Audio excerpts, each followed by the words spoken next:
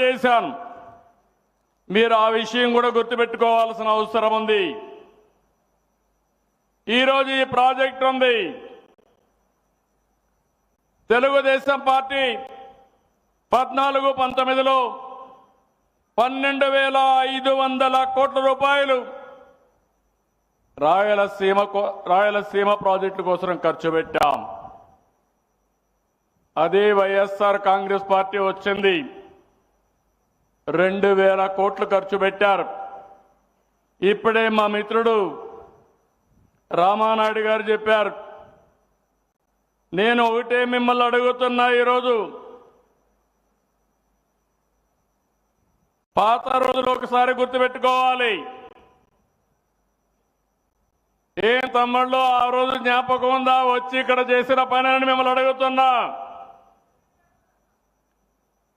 సినిమాల్లో చూసాం, గేట్లతో సెట్టింగులు వేసి నీళ్లు కూడా బయట నుంచి తీసుకొచ్చి ఆ నీళ్లన్నీ కూడా వదిలిపెడితే విమానం ఎక్కే లోపల నీళ్లన్నీ ఇంకిపోయినాయి. అవునా కాదా అని మిమ్మల్ని అడుగుతున్నా. గుర్తుంటే చేతుల పైకెత్తండి. అబద్ధాలు చెప్పడంలో దిట్ట ఆ పార్టీ.